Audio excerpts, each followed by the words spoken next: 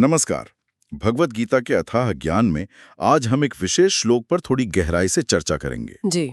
ये पहले अध्याय का तीसरा श्लोक है और प्रसंग है कुरुक्षेत्र का मैदान, युद्ध से ठीक पहले का। हाँ, वो तनाव का माहौल। बिल्कुल। तो राजा दुर्योधन पांडवों की सेना को देख रहा है और फिर अपने गुरु द्रोणाचार्य के पास जाता है। और श्लोक 1.3 में वो कहता है, पश्यताम पांडुपुत्राणाम आचार्य महतीन चमूम व्यूढ़ाम द्रुपद पुत्रेण तव शिष्येण धीमता। जिसका मतलब है, हे आचार्य, पांडुपुत्रों की इस विशाल सेना को देखिए, जिसे आपके बुद्धिमान शिष्य द्रुपद के पुत्र ने कितने कौशल से सजाया है। जी। अब सुनने में तो ये लग सकता है कि वो बस सेना की व्यूह रचना की तारीफ कर रहा है। हाँ, ऊपरी तौर पर तो यही लगता है। पर क्या बात इतनी सीधी है या इसमें कुछ गहरा मतलब छिपा है? बिल्कुल सीधी नहीं है।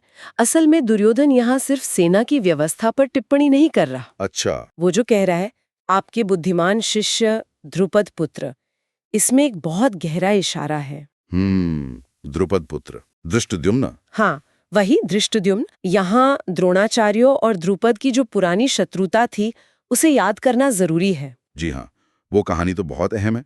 द्रुपद का वो यज्ञ। बिल्कुल।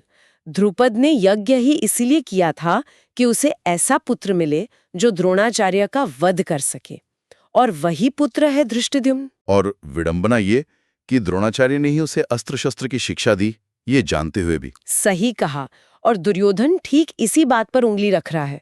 वो द्रोणाचार्य को याद दिला रहा है। तो मतलब ये तारीफ नहीं, ये एक तरह का मनोवैज्ञानिक दबाव है। निश्चित रूप से ये एक बहुत सोचा समझा कूटनीतिक दाव है। वो कह रहा है, देखिए, आपका ही सिखाया शिष्य आपके खिलाफ कितनी कुशलता से खड़ा है। हाँ, और सिर्फ यही नहीं, वो इशारों में ये भी कह रहा है कि पांडवों के प्रति, खासकर अपने प्रिय शिष्य अर्जुन के प्रति, कोई नरमी मत दिखाइएगा।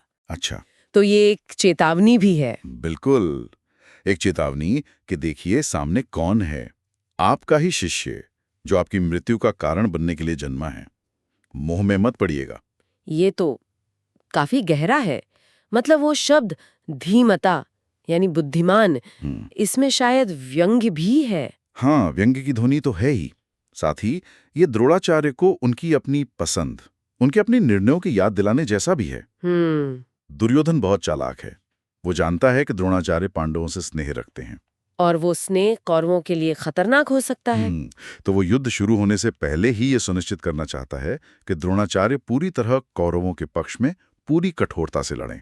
तो ये सिर्फ सेना का निरीक्षण नहीं था, ये अपने सेनापति की निष्ठा को परखने, उसे कसने का एक तरीका था। सही बात है।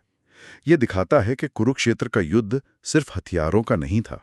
ये मन का, बुद्धि का, कूटनीति का युद्ध था, जो पहले बोले गए शब्दों से ही शुरू हो गया। बिल्कुल। और देखिए कैसे व्यक्तिगत इतिहास, पुरानी रंजिशें, भावनात्मक लगाव, ये सब युद्ध की रणनीति को प्रभावित कर रहे हैं। हाँ, अभी तो एक तीर भी नहीं चला है। और हर शब्द, हर इशारा कितना मायने रखता है। दुर्योधन का ये एक वाक्य द्रोणाचार्य के मन में वो द्वंद्व जरूर ले आया होगा, गुरु धर्म और व्यक्तिगत संबंधों के बीच का। तो इस एक छोटे से श्लोक से ही हमें ये समझ आता है कि महाभारत का युद्ध जितना बाहरी था, उतना ही आंतरिक भी था। जी, ये सिर्फ राज्यों की लड़ाई नहीं थी, ये किरदारों के मन के अंदर चल रहे संघर्षों का भी मैदान था। उनकी वफादारी, उनके अतीत, सब दांव पर थे। और ये हमें उस बड़े सवाल की तरफ ले जाता है जो पूरी गीता में कहीं ना कहीं मौजूद है। हाँ, कि जीवन के जो महत्वपूर्ण मोड़ आते हैं, खासकर जब कर्तव्य और धर्म का सवाल हो, तब हमारे अतीत के रिश्ते, हमारी वफादारी, हमारे व्यक्तिगत जुड़ाव, ये सब हमारे फैसलों पर कितना असर डालते हैं। और क्या हम उस असर से ऊपर उठ पाते हैं? ये सोचने वाली बात है कि अतीत के धागे वर्तमान को कैसे बुनते हैं। सचमुच विचार करने योग्य बात है।